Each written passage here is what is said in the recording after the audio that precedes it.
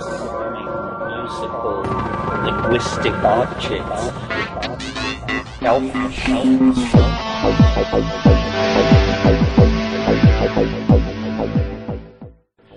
Greetings from Cyberdelic Space. This is Lorenzo, and I'm your host here in the Psychedelic Salon.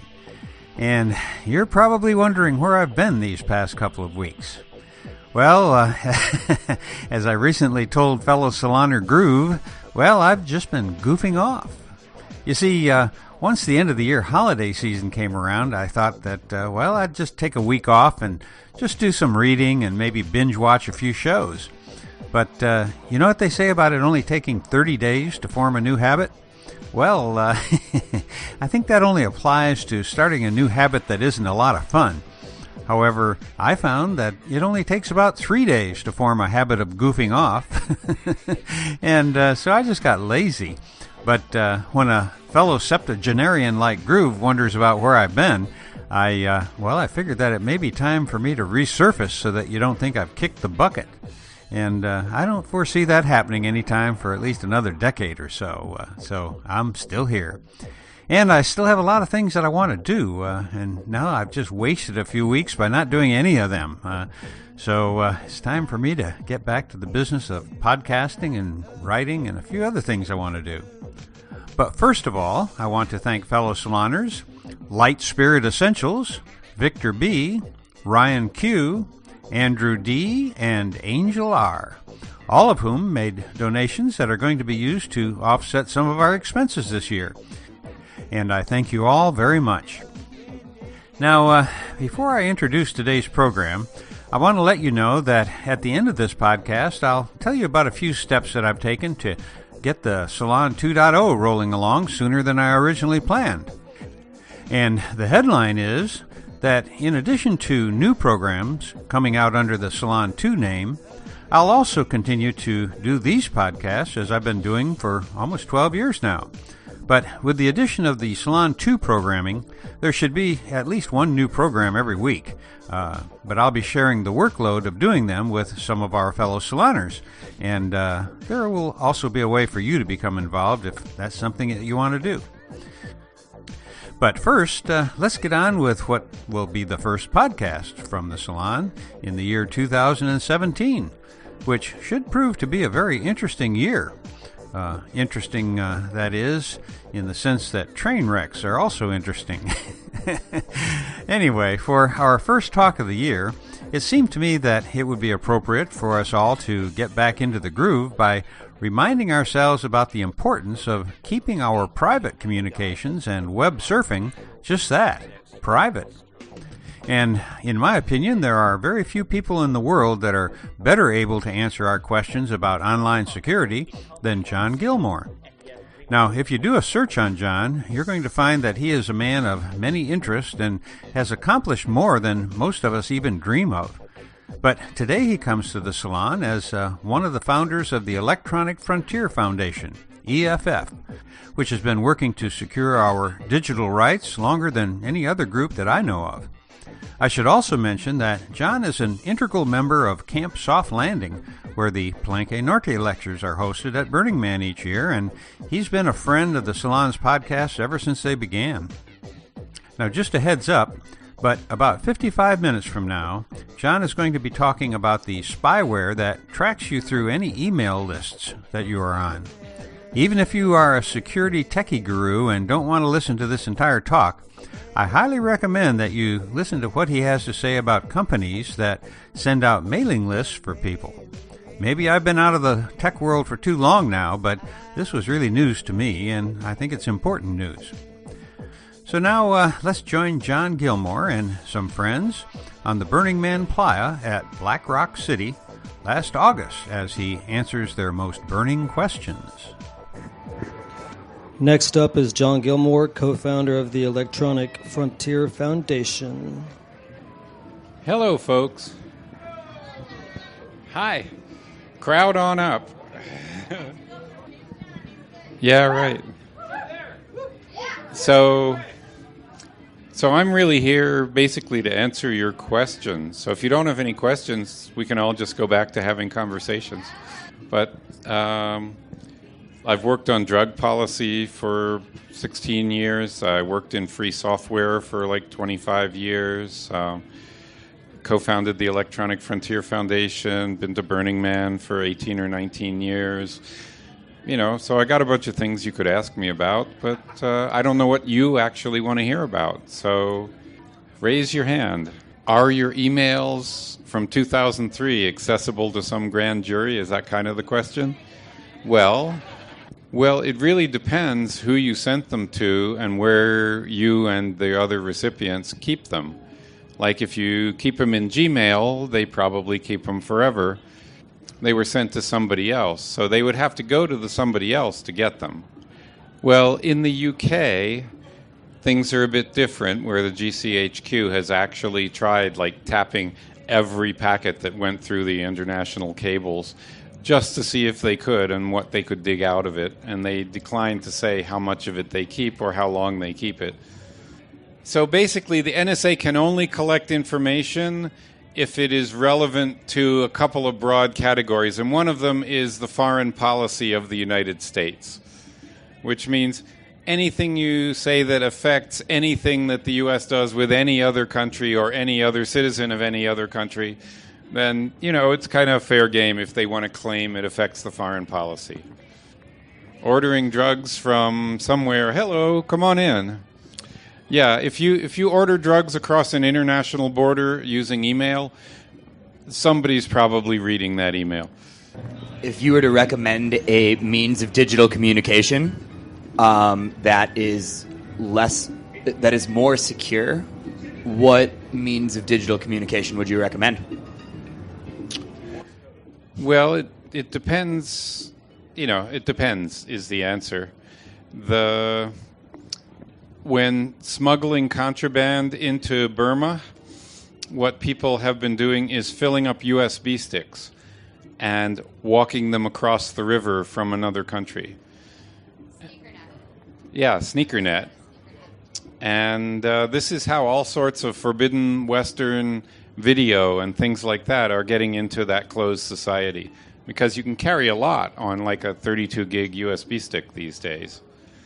But if you're talking about how do I send email or text messages to somebody, there's an app called Signal that a lot of people seem to depend on. I haven't used it myself, but I know a lot of people who do. In general, one of the things that Edward Snowden taught us is that encryption actually tends to work. Really, academically vetted, properly encrypted, more or less bug-free encryption will actually keep the NSA from reading your stuff. But it's easy to make mistakes, and that's usually how they get you. But it keeps your stuff out of the sort of vacuum cleaner trawl where they're just looking for anything interesting. If you come to their attention and they actually go to the trouble to break into your computer, then they can watch you as you type it before you ever encrypt it, for example. But they're not doing that to everybody because it would be too easy to catch them at it.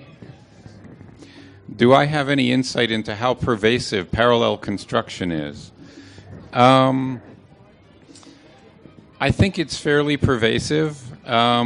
This is the method where the cops use some illegal means to get the information that they want about you, and then they go back later and find another legal means and prosecute you with that. We found a bunch of FBI memos that said, here's a way of finding people using what they called stingrays, these fake cell sites that pretend to offer cell phone service that has a stronger signal than the main cell phone towers, and then your phone will latch onto them, and all your calls will go through them, and also your phone will identify itself to them, saying, this is Tripp's phone. Anytime somebody calls Tripp, it should come here. The FBI was teaching all these local police departments how to do this, But they also told them, you can't let any of this information get into a court case because that will jeopardize this law enforcement technique. So instead, you have to do parallel construction, that once you found somebody through this, or you heard there was going to be a drug deal or whatever, then you have to like plant a cop on the corner there who just happens to notice somebody drive up and do a drug deal. And then you can bust them for that. And you never tell them that you actually heard it over the over this cell phone interceptor. And I mean, we actually got documents that said, lie to the courts about where you got this information. So, also just what I've learned about drug policy in the last 16 years is the practice of police lying on the stand in order to secure a conviction is so common and so popular that it has its own word. It's called testilying. And I think it's pretty common.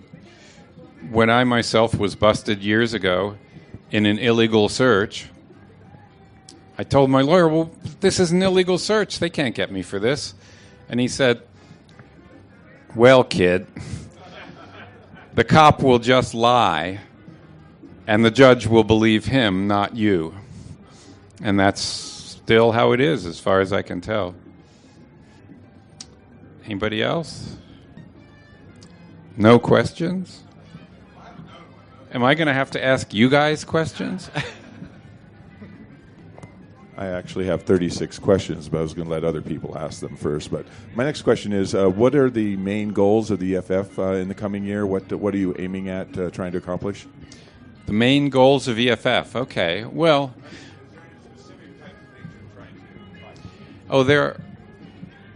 EFF used to be a small organization, and it was easier to keep track of its main goals. There are now between 70 and 80 people working at EFF, all funded by you folks, who, the folks among you who are members. And they're working on so many things, I even find it hard to keep track of it. But fundamentally, they are trying to ease the integration of electronic communications and computing into society, trying to cause as few expectations to be broken, trying to cause as little damage as possible to long-standing principles, things like privacy and free expression and all of that are all changed as we all move our communications online. And sometimes those changes are beneficial and sometimes not so much. And so our goals are to explain those changes to people so they understand what's going on, and to try to both steer the society and steer the technology in directions that are positive and beneficial. So ameliorate the privacy problems that come when computers are involved in every interaction you make, and they're leaving detailed audit trails of everything you do. And at the same time, trying to make real the opportunities that come from that, like the opportunity to communicate in privacy and in security with your friends, no matter where they are on the earth. So when it comes down to doing that, there's a lot of detail. Our first 5 years were mostly spent on censorship issues. In the U.S., the Communications Decency Act and things like that, which we ultimately beat in the Supreme Court. We got this great decision that said, that a message posted over the internet should, have the same protection under the law as, the lonely pamphleteer who was around in the days of the American Revolution. The next amount of time, a lot of that was spent on wiretapping and surveillance and things like that.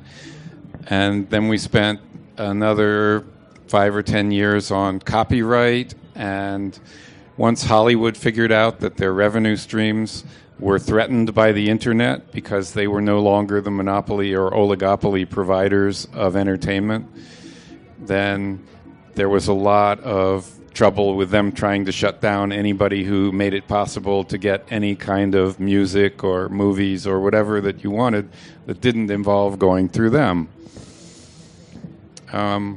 Then we got involved post 9/11 again in wiretapping and encryption and things like that. Somewhere along the lines, patents became a big deal, and we have a long-standing effort now that is we nominate a stupid patent every month, and we try to get it canceled. Let's see, you'd have to look on the blog to know what the exact last one was, but a lot of these come along the lines of do something that people have already been doing for 100 years. Good. There's an endless parade of people trying to manipulate the system when the system involves having the government give you a 20-year monopoly on something, because then you can extract money from people for 20 years if you can manage to manipulate it that way. And that's what a patent is. New methods of surveillance that we should be aware of. Let's see. Well, have you heard of Edward Snowden? He was a contractor at the National Security Agency, and he decided that they had gone beyond the pale, that instead of spying on foreigners for the benefit of the American government, they had turned to spying on Americans for their own benefit. And he brought with him a huge cache of documents about what they were doing, which they had been keeping secret from us for decades. And he gave them to various people in the press who have been reading through them and publishing on them and writing stories about them. What we learned is that they are wiretapping pretty much anything they want to wiretap domestically or around the world. And they're filtering through that stuff with a system that looks for who's talking to who and saving that data for a long, long time. The idea is if 10 years or 20 years from now you do something interesting to them, they want to be able to go back and look at every person you ever communicated with for your entire life.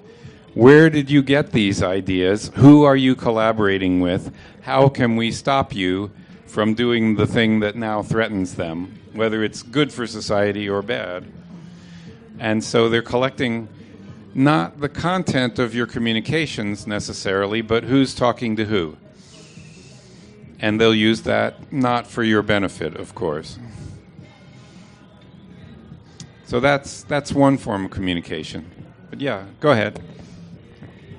Besides government surveillance, what other court cases, like currently in progress, are the highest priority of EFF? Okay. Well, yeah, we are suing the NSA over government surveillance, and that's been going on for about a decade, and so far we still have not gotten the courts to give us a straightforward answer, is what they're doing illegal or not. But we have probably 30 or 40 other cases going on at any given time. About half of them are freedom of information cases, where we have asked the government for documents about stingrays or documents about patent policies or whatever, and they haven't answered, or they sent us minimal info and we know they have more and we have to sue them over it. So those are the sort of less interesting cases until if and when they turn up with real documents that show what's going on. But the more interesting cases are where we're involved in trying to litigate a particular policy issue that affects a lot of people. So one example, we call it the dancing baby case, and it's about a mom who shot a little short video, like less than a minute, of her toddler dancing in the kitchen with a Prince song in the background that the baby is dancing to. She put that up on YouTube so that the baby's grandma could see it, and Prince's lawyers had YouTube take it down. And the reason is because it had 15 seconds of a Prince song in it. Well, we thought this was insane, and we took this through the courts, and it's been a slow case, but it's we got a good ruling out of it that basically said, if you're building a censorship system for copyrighted material, which is what this takedown process is, you have to go to some effort to not censor things that are allowed to be there. So if you put up a complete copy of a Prince song and you go, here, download this Prince song, they can take it down. And that's valid under the law. But if the Prince song is incidental to what you're really doing, and it doesn't actually impact the market for Prince songs, then you have a right under the fair use doctrine to make use of that song in accomplishing your own communication.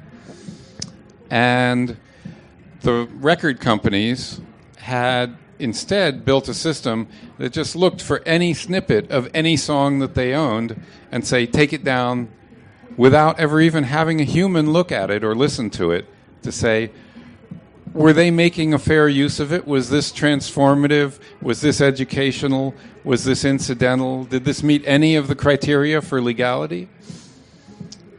And we got a court ruling that said they have to do that. If they're going to use this mechanism that says you send a letter to the website and it has to take it down, you have to certify that it really violates your copyright. And it doesn't violate your copyright if it's a fair use. So the record companies, of course, are fighting this, because it means rather than using a robot to take down everything, they actually have to have someone watch each of these things and make a judgment call as to whether it's worth it. But it's more important to have an uncensored communications medium than to save the record companies money. Yes. Hello. Flow artists are currently being attacked. Flow artists are currently being attacked on Facebook, and their videos are being destroyed because of this, because of copyright issues. My curiosity lies around that kind of gray area of how much of that song, so let's say maybe if it's 3 minutes versus, the full 3 minute and 15 seconds, where do you really draw that line where it no longer becomes okay for, let's say, an individual user to have that playing in the background of their video versus it actually infringing on their copyright? Right. Well, it turns out there's an answer to this, but you won't like it much. 7 notes. 7 notes. It's now this is the law from an older era, that if you wrote a song and then somebody else wrote a song and it's similar, if you copied 7 notes from the first song, then his copyright controls it. Because think of how many ways you could generate 7 notes. There are a lot of different ways. If you well, to build on that, the focus isn't primarily the music, it's primarily the art that's being performed. And so does that still tie into the 7 note, I guess, rule? Yes, it does. It just happens to be in the background? Now, it turns out it used to be hard to transform other people's material into new artistic forms that way.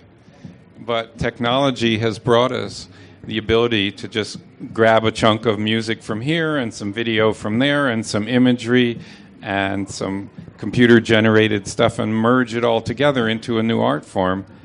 Even just the process of sampling other people's music and incorporating it into a song has generated a whole lot of controversy as far as what does the law say now and what should the law say to enable both people to make a living at music and also for there to be freedom of artistic expression. That balance has not yet been worked out. And so a lot of people are going to fall into those cracks and be hurt by being on one side or the other, either by deciding, oh, I can't do flow acts because it's all going to get me in trouble, and so I just won't be creative that way, versus, oh, I'm just going to do it, and then I'm going to get caught, and I'm going to get sued, and my house will get taken away. Or you find the alternative in between and you find independent artists that can then upload their music and allow it for free distribution, which is now happening. Right. Well, so one of the classic ways around this problem is for artists who could have locked down their music to freely choose to let other people reuse it. And that's called the open content movement. And it started actually in the free software movement with software, and then a really smart guy named Larry Lessig, who was studying the free software movement, realized, oh, we could make easy ways for people to do this with things other than software. And he started the Creative Commons organization and wrote the original Creative Commons licenses. And by now, hundreds of millions of works have been licensed by their creators under these licenses, and they've made 5 or 6 of them that give you different bits of control. So you can say, for example, anyone can do anything they want with my song or my drawing or my words, as long as they just attribute it to me. Let people know that I wrote it, and otherwise do what you want. That's the CC BY license. You just have to tell them who it's by. There's also a non-commercial version that says you can do anything you want as long as you're not making money from it. There's a share-alike version that says you can do anything you want with my material if you give all the recipients of your material the same right. So you can build on mine if you let other people build on yours. And these ways of easily marking your material make it possible for people who want to build new material to find collaborators who they don't have to negotiate with, who they can just go, oh, he put that song up under a CC BY license. It means I can use it and he's not going to sue me. My question was, how do they market? But I think you just answered that. It's the license, a certain type of license that they they have. Oh. So the way you market is first you say copyright, by you on such and such a year, and then you say CC licensed under this particular license, and they have little logos and things like that you can put in for graphics, or you can use the words, and it has a link out to the main legal text of the license and also to an explanation of what it means.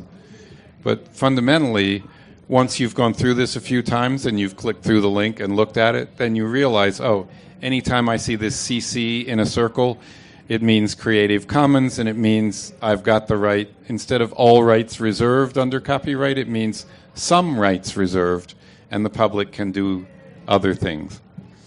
Is this widely used now? It is very widely used. Cory Doctorow, who's going to speak here tomorrow, releases all of his science fiction books under the Creative Commons license. There are millions of pictures people have uploaded to Flickr and other places like that that are specifically marked with Creative Commons licenses. Everything you find in Wikipedia is licensed under a Creative Commons license.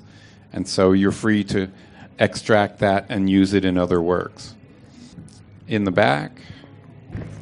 What do you think is going to happen with these recent attempts to ban end-to-end encryption, like in the UK, the Snoopers Charter? Are any of these governments actually going to try to do that? And if so, how would it play out? Like, is a company like Apple, are they going to just pull out and not do business, or are they going to rewrite their system to comply? How do you see this this kind of issue playing out? It's an interesting question. It's not a new issue. It's actually been an ongoing issue for a while.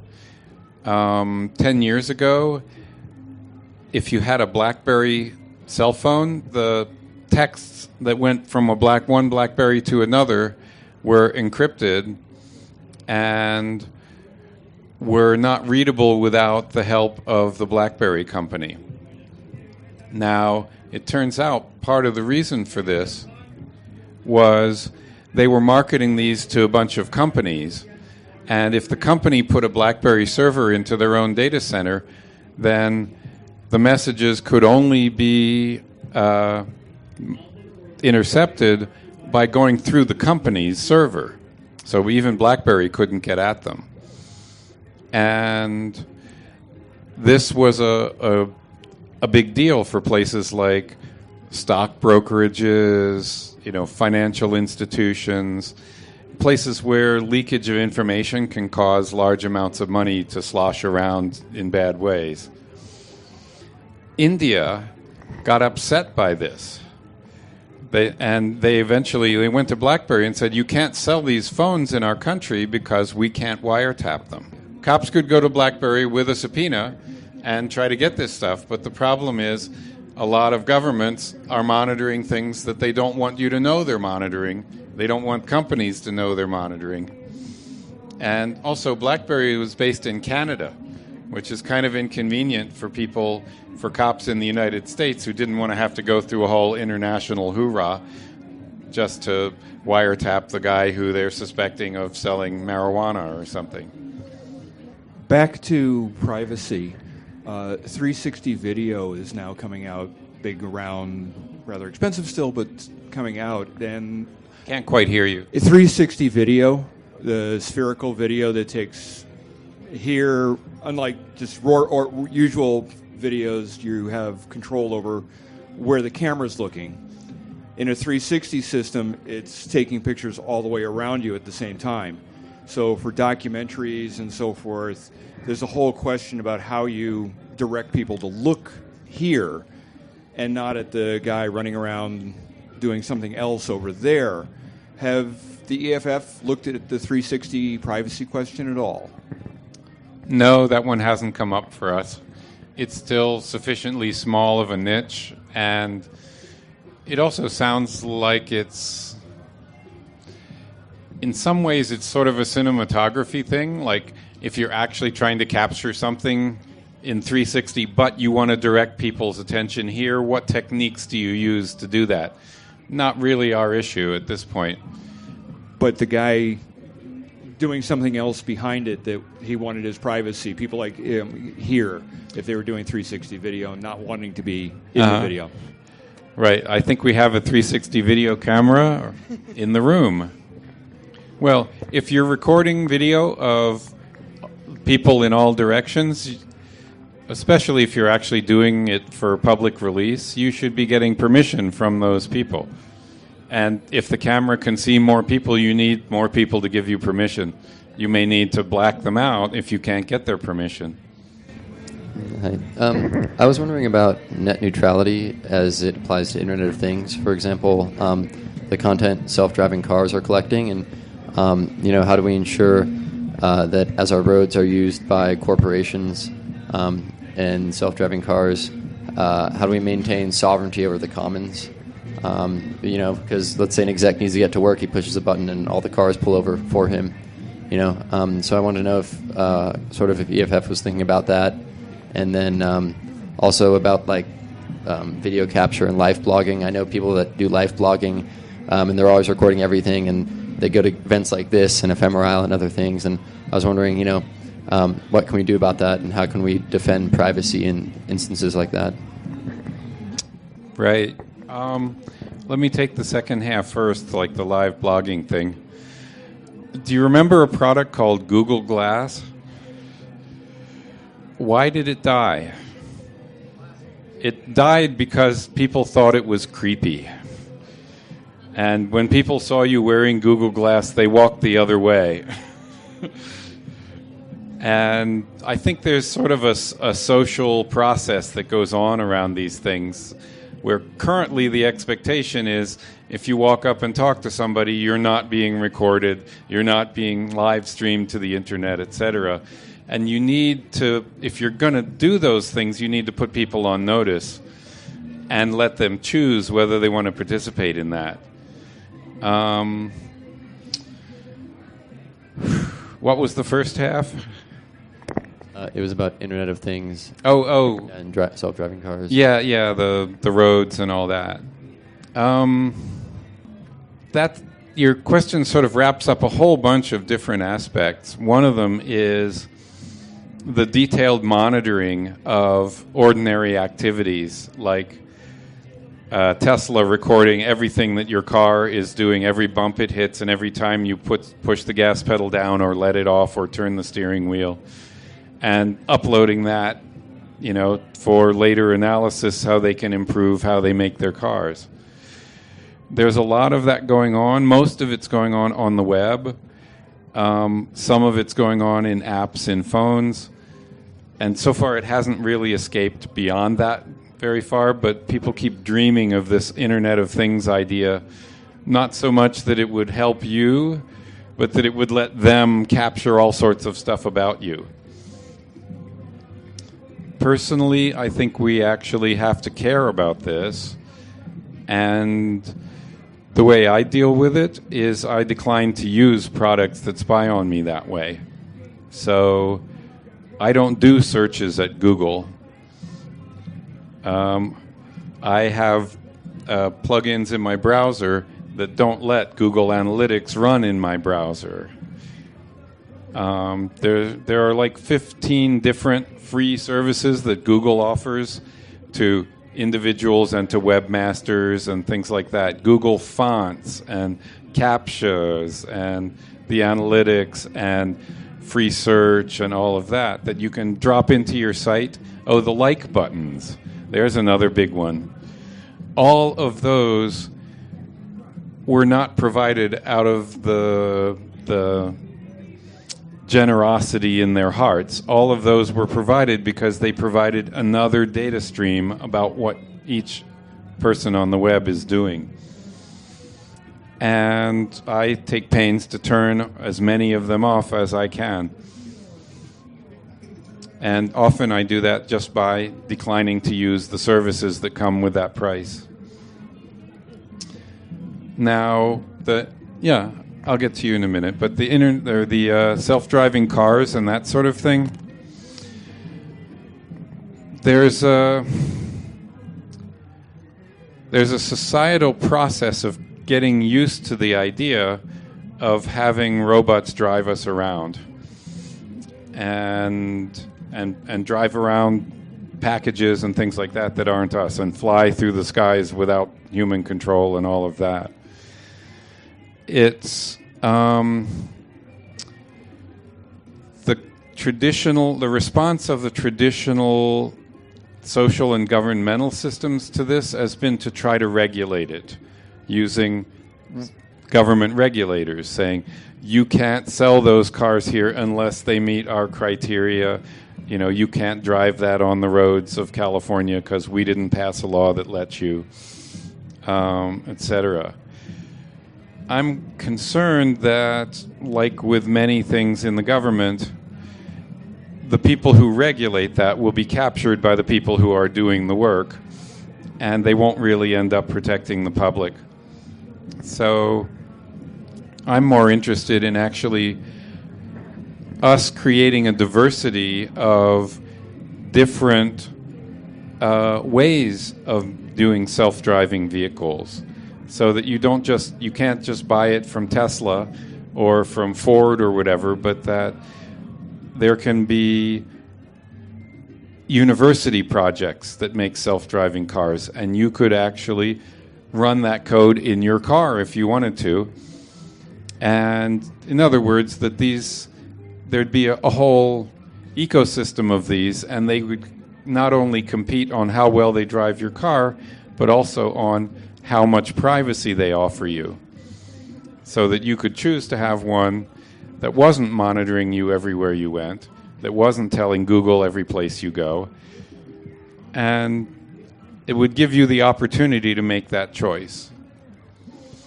We're still a long way from there. And it'll take some smart tech work as well as some other activism and publicity and marketing and things like that to make that ecosystem happen.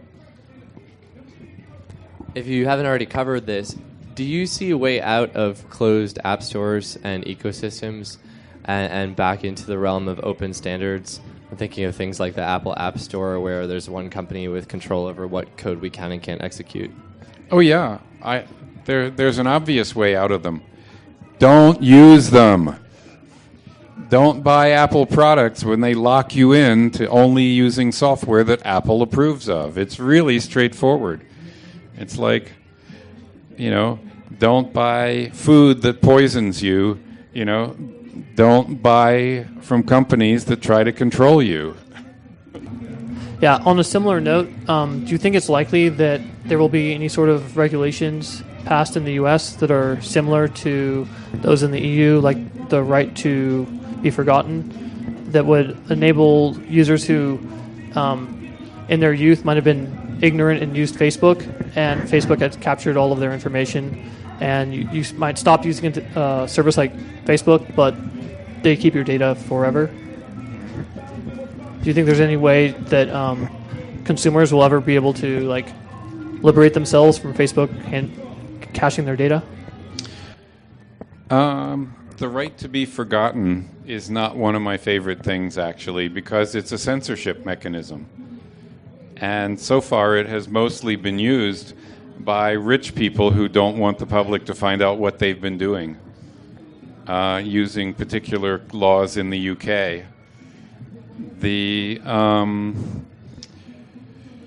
In general, I think this issue is going to be solved by social change, not by legal change, for the most part. There's a significant degree of tolerance in our society for youthful indiscretions, for kids who steal from the candy store down the block and who later figure out that this is probably not a good idea. They learn, they get forgiven, and nobody holds it against them when they're 40. And so the silly things that you posted on Facebook when you were 12, they'll still be out there probably, but they won't really socially come back to bite you, right? Because nobody will care. But so do you think there will ever be a way to at least have Facebook not keep the data forever? Like facial No, and stuff like I that? don't think there will be a way if you voluntarily hand over your data to a huge corporation that does not have your interest at heart for you to get the data back. No, I don't think there'll be a way. If there's any assurance, their policies say that if you delete your account, they delete all of your data within some number of days. And they can change that policy anytime they want. Yeah, with new consent language, yeah. So recently there was a case of a photographer who had donated thousands of her images to the public domain, and she got a cease and desist letter saying that she was,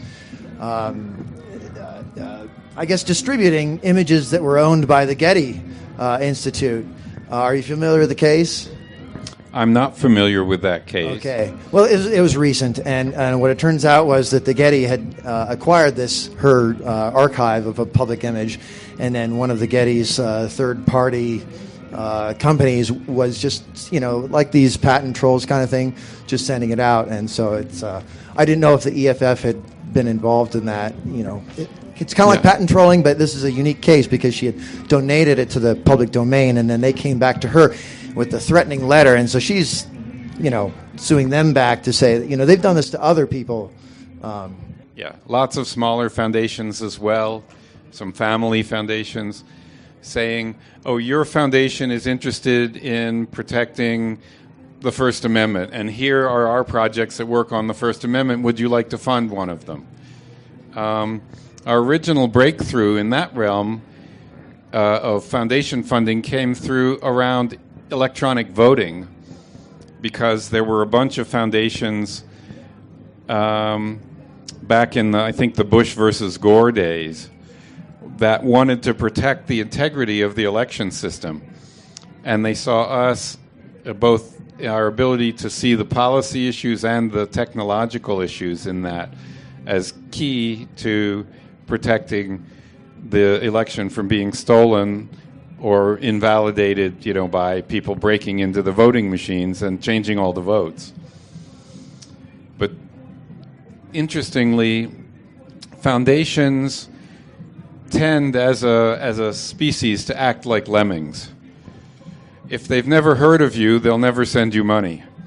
You can apply over and over, and they won't send you money. But once they send you money for something, then it's like, oh, now we know these guys, we can send them more money. And so after we broke through on one issue, then they started going, oh, and look, you're working on these other issues we care about too. And so that became a third pillar of our funding, which for a good many years were about 3 equal pillars. So we had rich techies and individual members and foundations, each paying about a third of what it costs to run EFF. Well, then it turns out an odd thing happened. Corporate sponsorship. Now, we've been accused by a few people of being like stooges for Google and things like that, which is pretty far from the truth. It turns out you would never guess the corporation that provided like 80% of the corporate donations to EFF. I mean, I could invite you to try if you want to try, but I don't see any hands. It's called Humble Bundle Incorporated. It was started by 2 college students in a dorm room because they knew a bunch of other students who had written video games that they couldn't get distribution of. And they said, well, we're studying marketing. We've figured out a way to market these. We'll put up a website.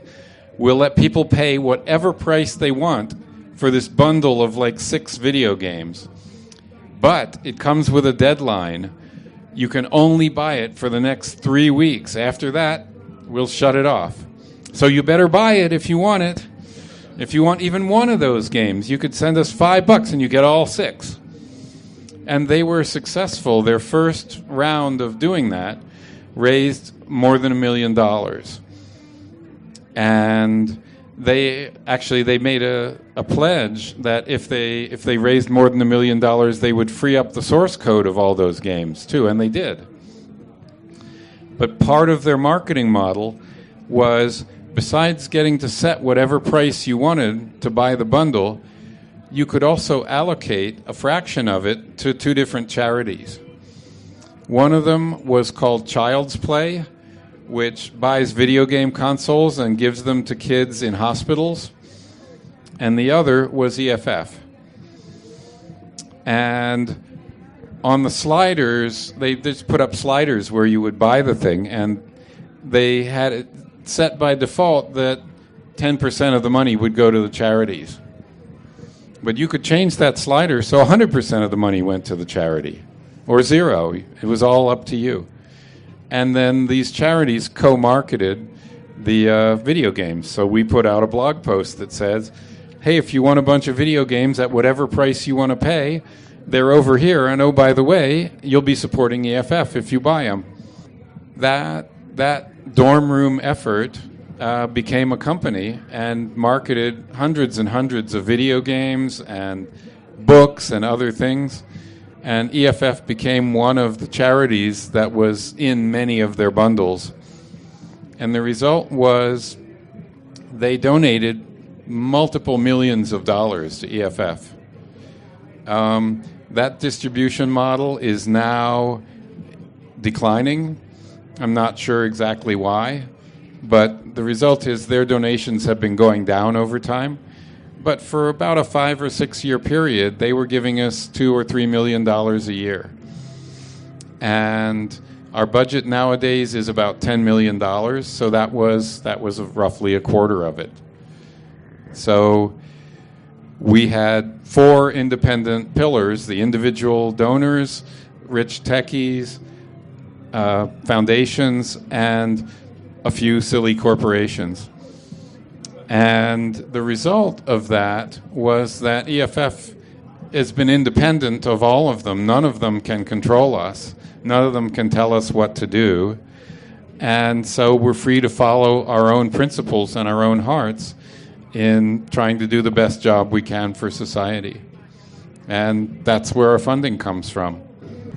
I'm curious, in your opinion, what organizational models or tactics are best for activists that outside of the EFF that want to self-organize, like for internet activism? For what sort of activism are you thinking of?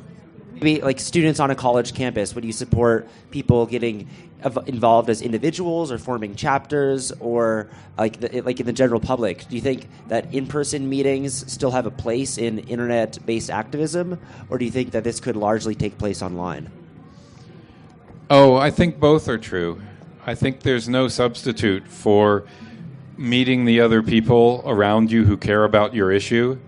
And not only does that help you educate yourself about the corners of it that you haven't thought of, but it also spreads the word to the people around you. It makes a social occasion. It draws people in. EFF, but of course there's a huge place for electronic communication about these things. And so EFF does both. We have what we call speakeasies that we hold around the Bay Area and out in other cities when an EFF staff person or board person is going to be in New York City or Vancouver or Rio de Janeiro or whatever. We'll hold a speakeasy there. How do we make it important to people to support EFF-like things? It's become less of an issue in the last 20 years. We used to be seen as a niche, as these sort of crazy techies who got involved in policy somehow. And what's happened is our issues have mostly gone mainstream. So it's far more common nowadays that when I mention I'm involved with the Electronic Frontier Foundation, people say, "Oh, those guys, I love them, thank you," as opposed to, "Who the hell is that?" It also helps that we do a lot of interacting with the press.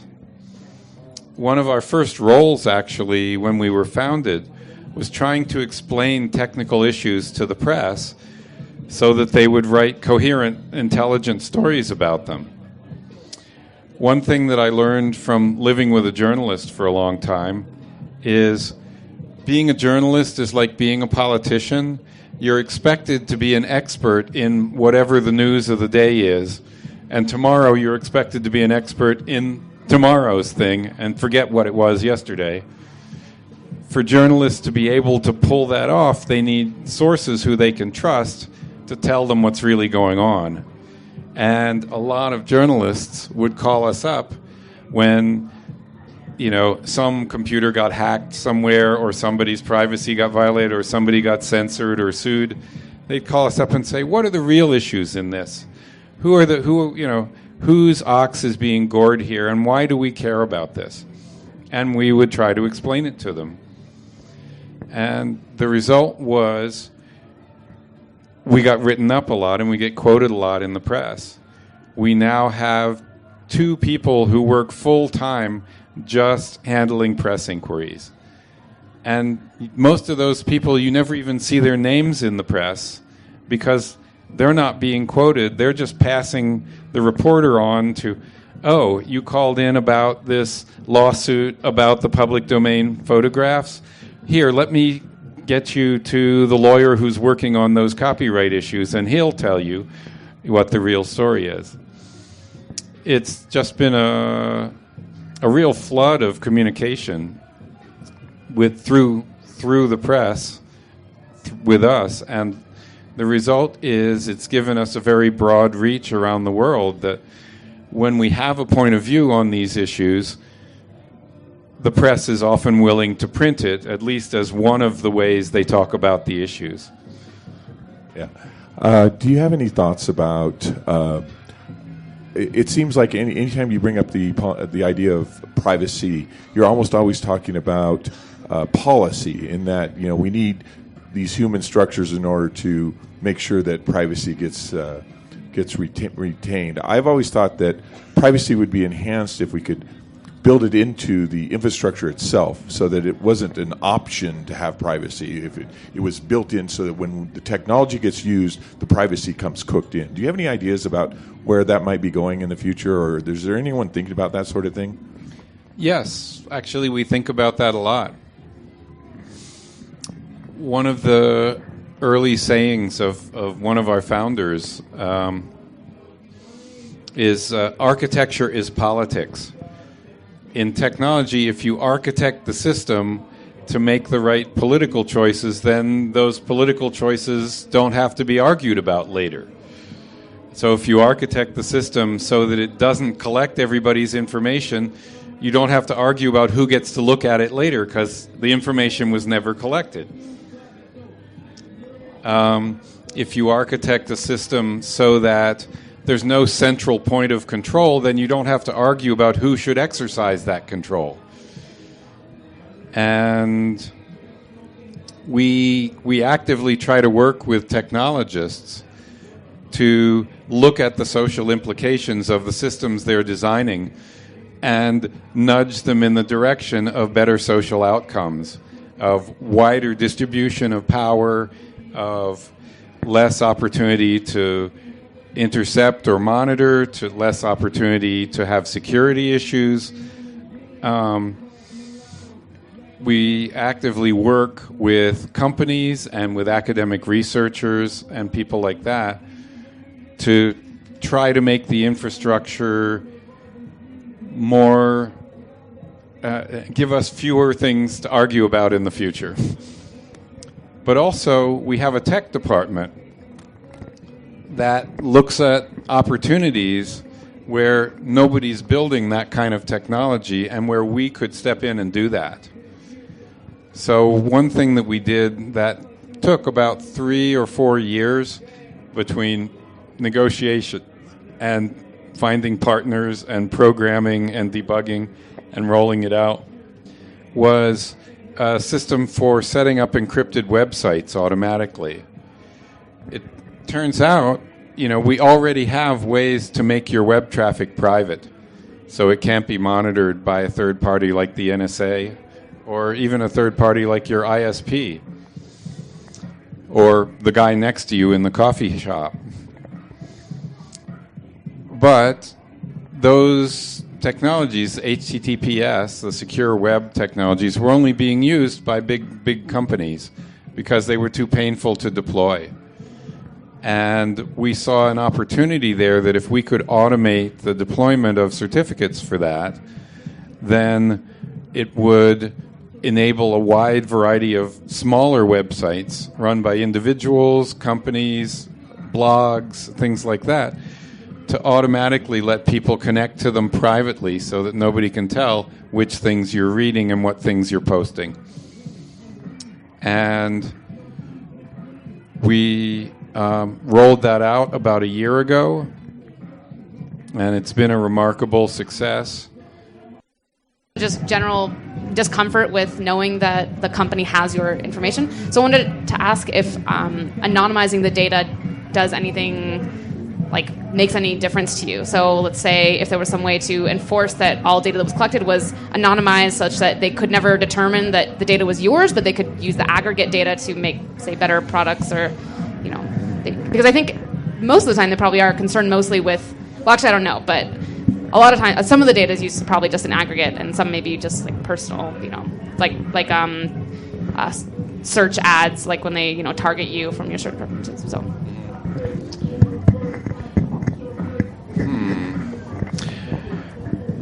Unfortunately, the simplest way to collect aggregate data is to collect all the details and then crunch through it later. It's actually harder to design a system that works that doesn't keep the individual details. And so most people don't bother to go to that effort. A classic example that I've currently been fighting a lot is email tracking by companies.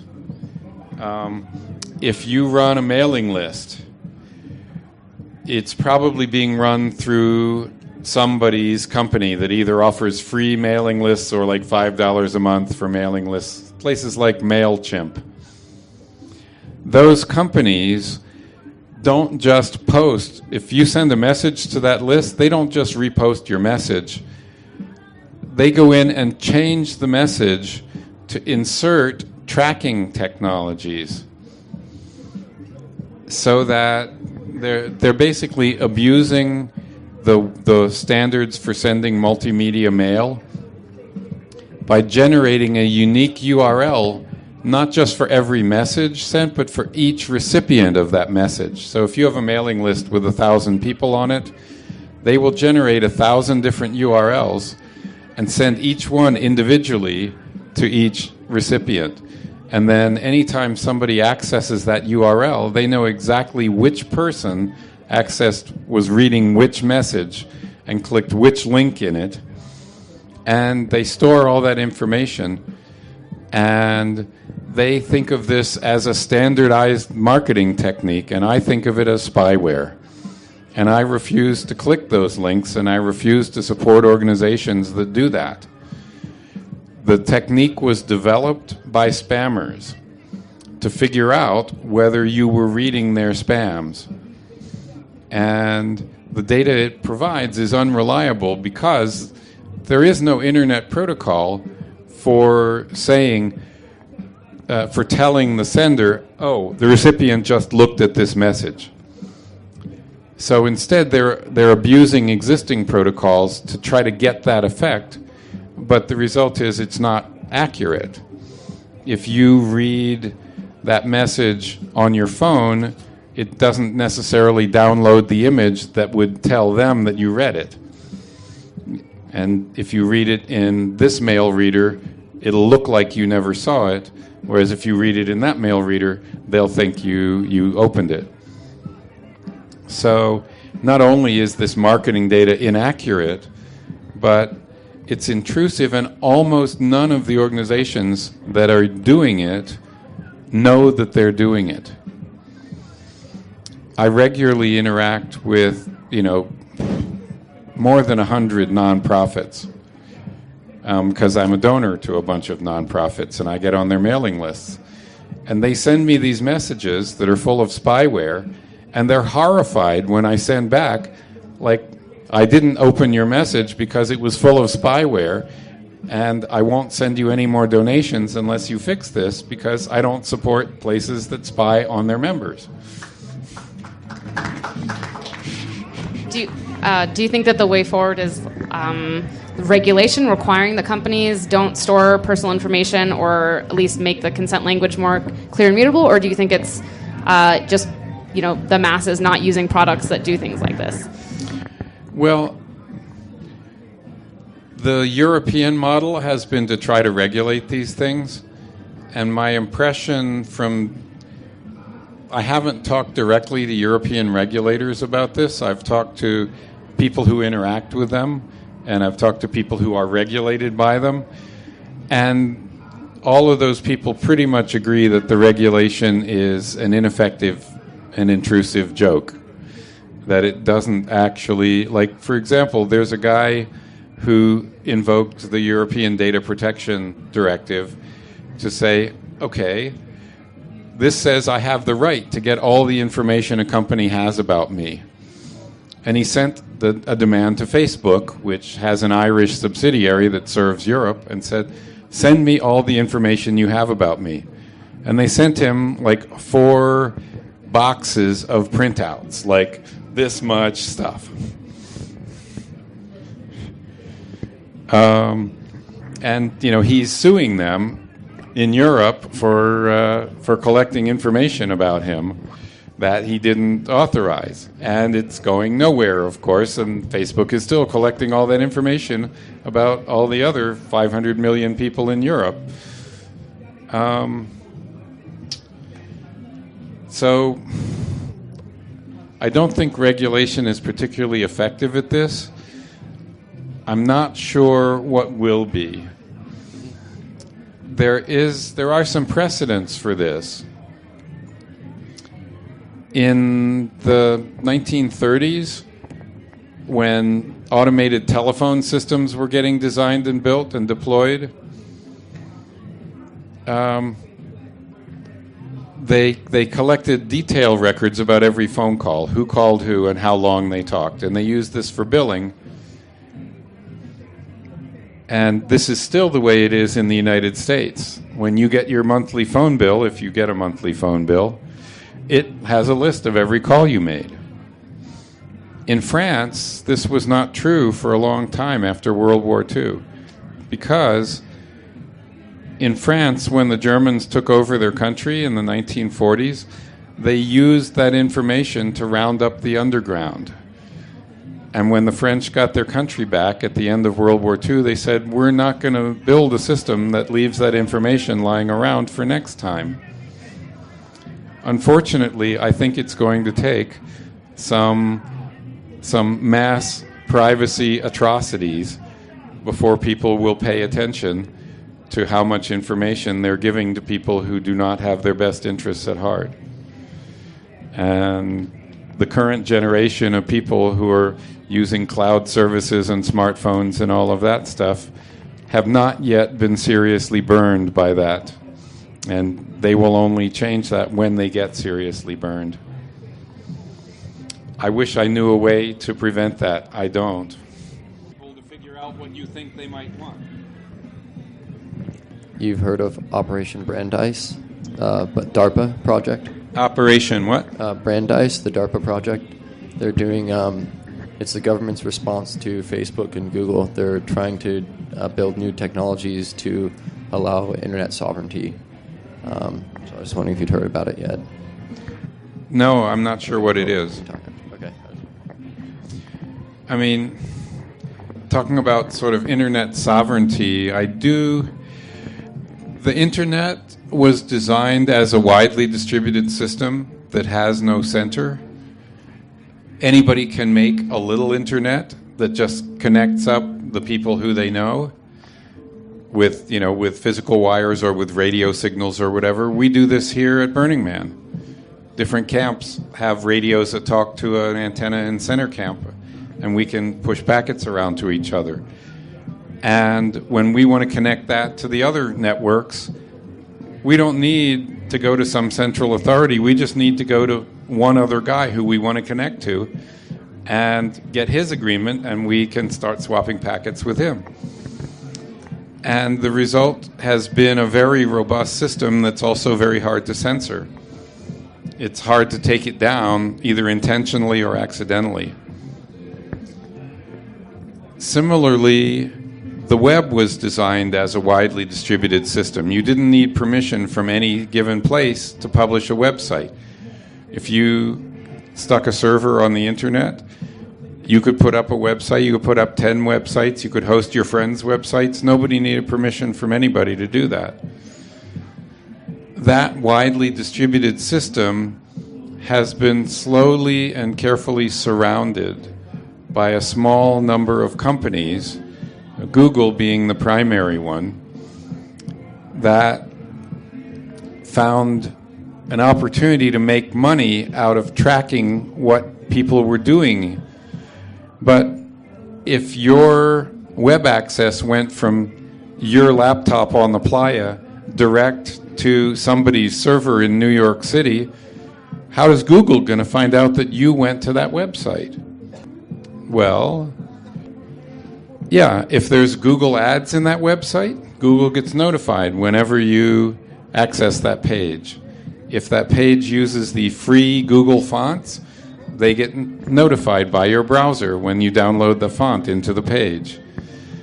They have put up a whole series of free services that are designed to make a centralized flow of information about who's talking to who on the web. And my guess at this point is probably more than 50% of web accesses are now reported to Google. That's pretty frightening, considering that in the beginning the number was 0. Now, a couple of other companies have seen that opportunity, and they've tried to jump on that bandwagon, such as Facebook.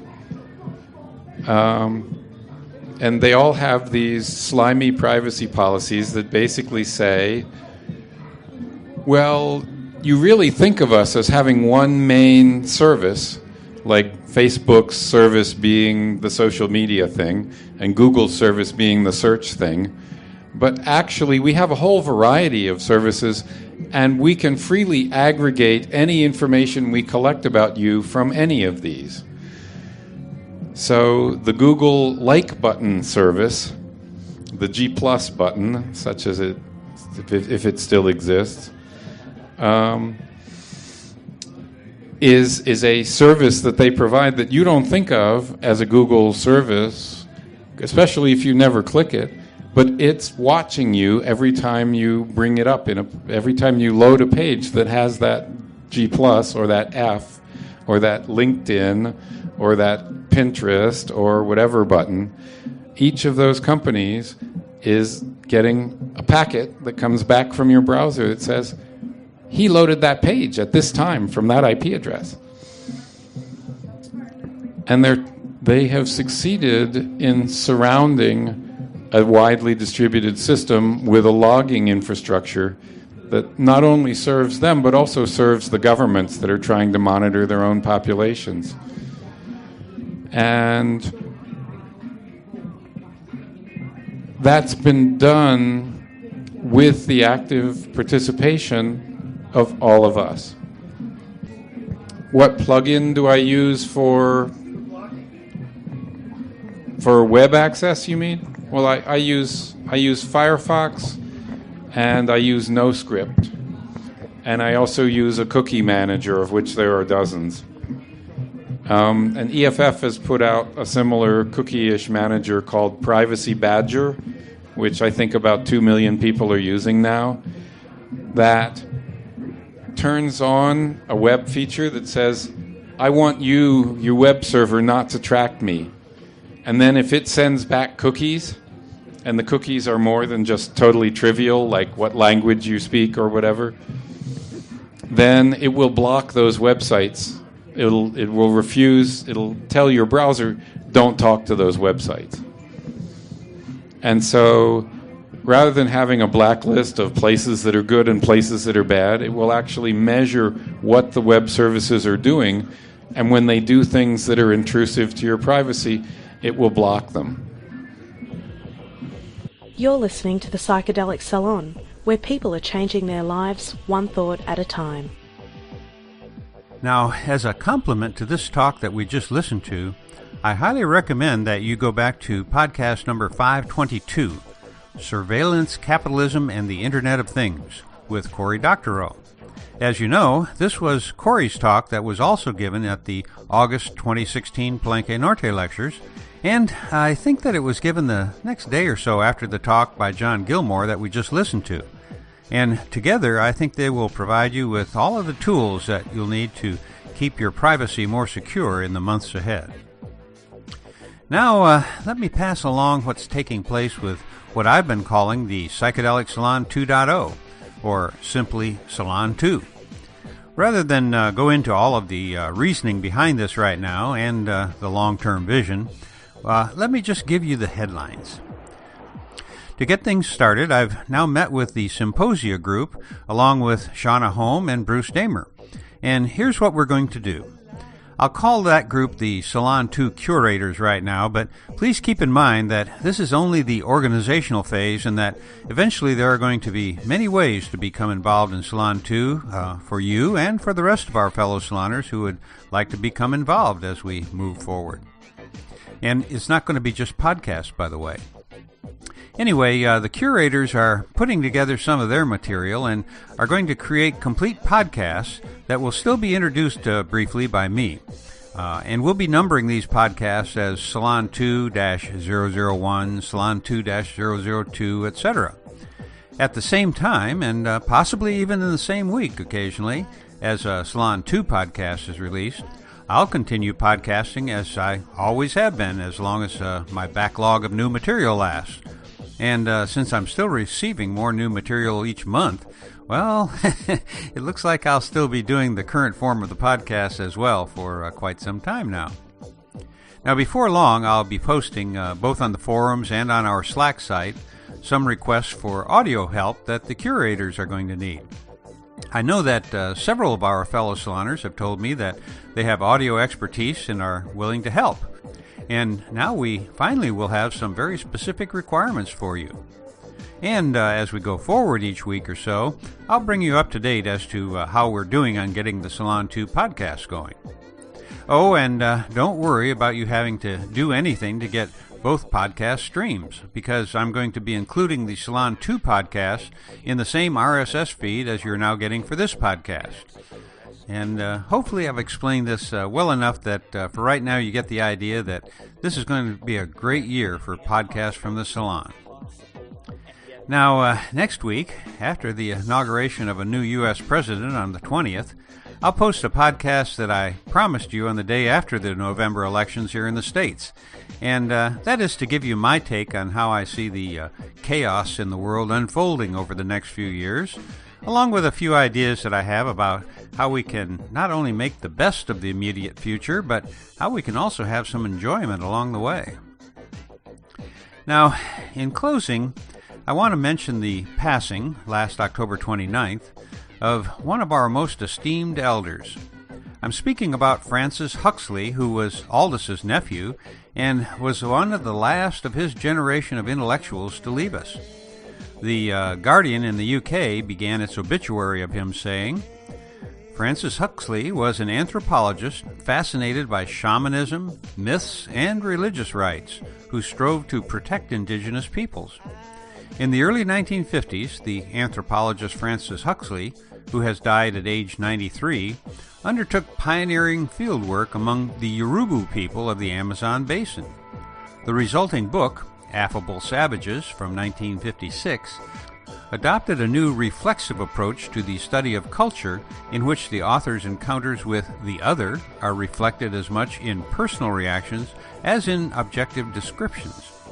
Francis was a pioneer of this form of anthropological writing, a style that much suited his lifelong interest in shamanism and the altered states of consciousness often experienced by religious healers.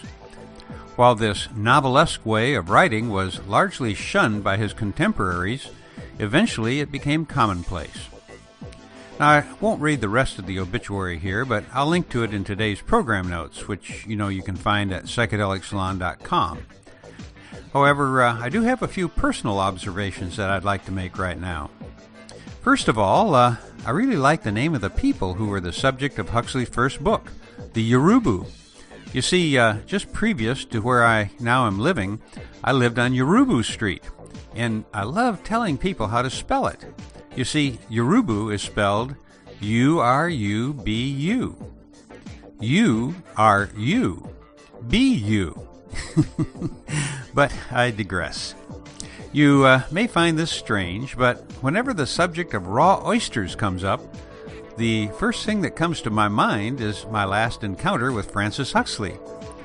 Now, this could be a really long story, but I'm just going to give you the highlights for now. Probably forever. First of all, during the time that I was living in Houston, Texas, there were many weekends when I would drive down to the docks in Seabrook and buy a bushel of just harvested raw oysters.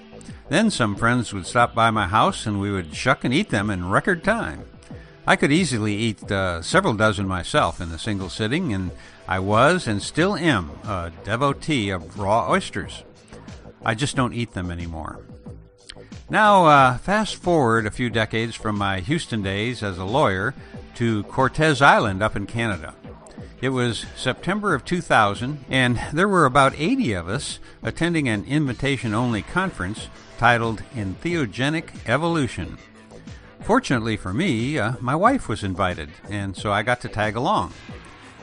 It was a rather eclectic crowd with psychedelic writers, researchers, activists, therapists, and several prominent leaders of the worldwide Santo Daime movement, all together at Hollyhock for a week. And for me at least, this was the most memorable conference that I've ever been to. And someday I'll have to tell you about the drama that centered around the Daime group and the followers that they drew to the island, but that's a really long story that's going to have to wait for another day. Now, one of the most fortunate things that happened to me that week was that the room that my wife and I were assigned was in between the room with June and Duncan Blewett on one side and the room with Gene and Myron Stolaroff on the other side. So getting to spend a lot of time with those four great elders, people who made such significant contributions to our current psychedelic renaissance, well, it was one of the most memorable times of my life. And there were also so many other interesting people at the conference as well. In fact, I think that conference is where I first got to know Richard Glenn Boyer and his wife, Rai Sentencia, both of whom have been featured speakers here in the salon, as have the Stolaroffs as well. But, you say, wasn't this story supposed to be about Francis Huxley?